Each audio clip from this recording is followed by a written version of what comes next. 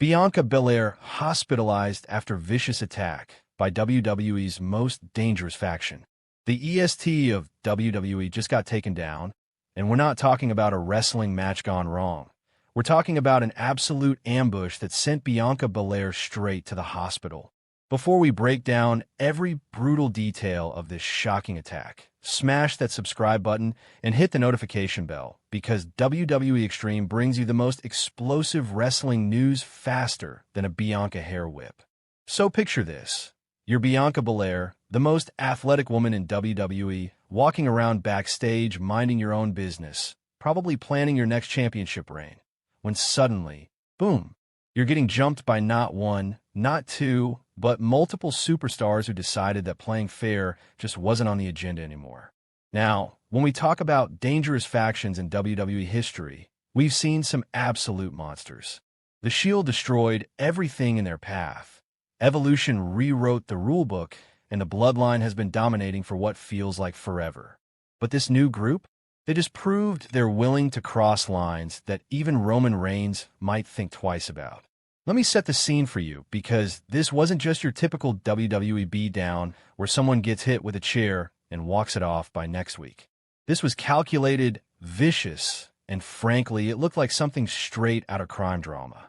Bianca was reportedly ambushed in a parking lot area, because apparently WWE parking lots are more dangerous than actual wrestling rings at this point, and the attack was so severe that medical personnel had to get involved immediately.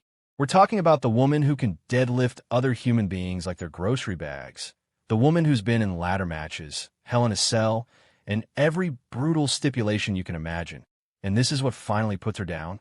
That tells you everything you need to know about how serious this attack was. Now here's where things get absolutely wild, and why this faction is being called one of the deadliest groups in recent WWE memory. The attack wasn't just about sending a message. It was about making a statement that nobody, and I mean nobody, is safe. When you look at the footage that's been circulating, you can see this wasn't some heat-of-the-moment situation. This was planned, coordinated, and executed with the kind of precision that makes you wonder if these superstars have been watching too many heist movies. The way they isolated Bianca, cut off any potential help, and systematically took her apart, that's not just assault, that's strategic warfare.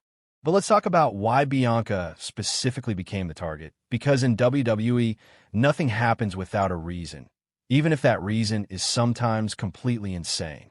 Bianca Belair represents everything this faction apparently hates: success, fan support, championship pedigree, and the kind of natural charisma that makes her a threat to anyone's spotlight.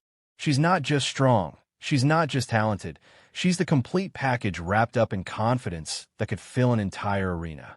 So when you're trying to make an impact as a new dominant force in WWE, who better to take out than someone who embodies everything WWE stands for?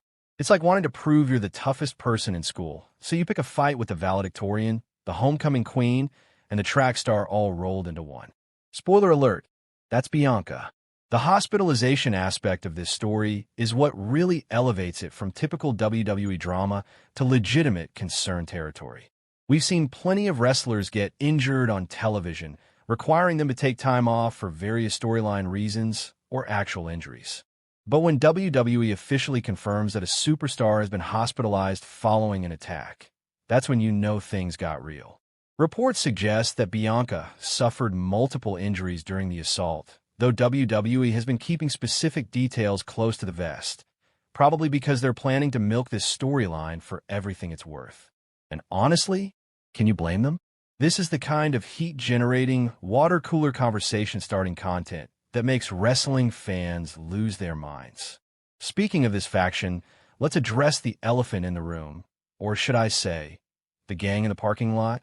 The group responsible for this attack has been making waves recently with their aggressive tactics, in complete disregard for traditional wrestling etiquette. They're not interested in winning matches fair and square. They're interested in destruction, domination, and leaving a trail of hospitalized superstars in their wake. It's like they watched every successful faction in WWE history, took notes on what made them terrifying, and then decided to turn the intensity dial up to 11. Their philosophy seems to be simple. Why wait for a match to destroy your enemies when you can just destroy them whenever you feel like it? The timing of this attack is also incredibly suspect and brilliantly strategic, if we're being honest.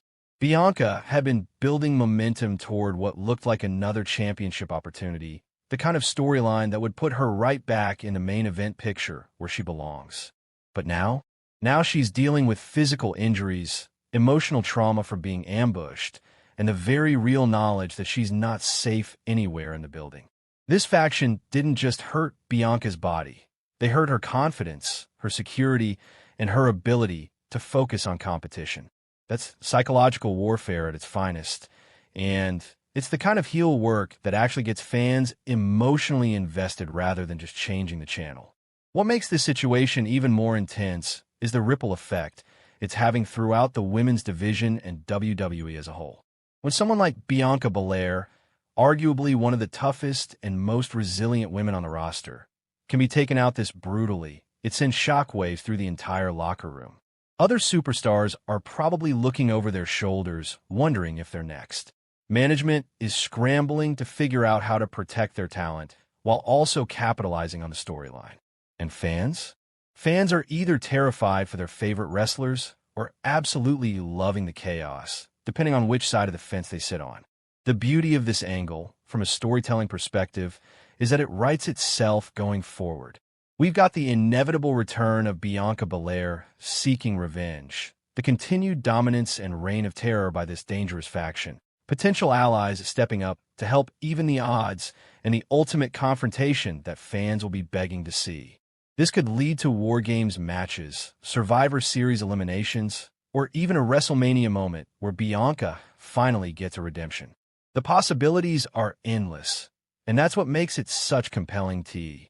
The fan reaction to this attack has been absolutely explosive across social media, which is exactly what WWE wants. Some fans are genuinely concerned for Bianca's well-being, others are praising the faction for their effective heel work, and everyone is talking about what happens next. That's the sweet spot of professional wrestling, when fiction and reality blur just enough that people forget they're watching predetermined outcomes and just get lost in the emotion of the moment. This attack accomplished exactly that, making it one of the most effective angles WWE has produced recently. Thanks for watching WWE Extreme.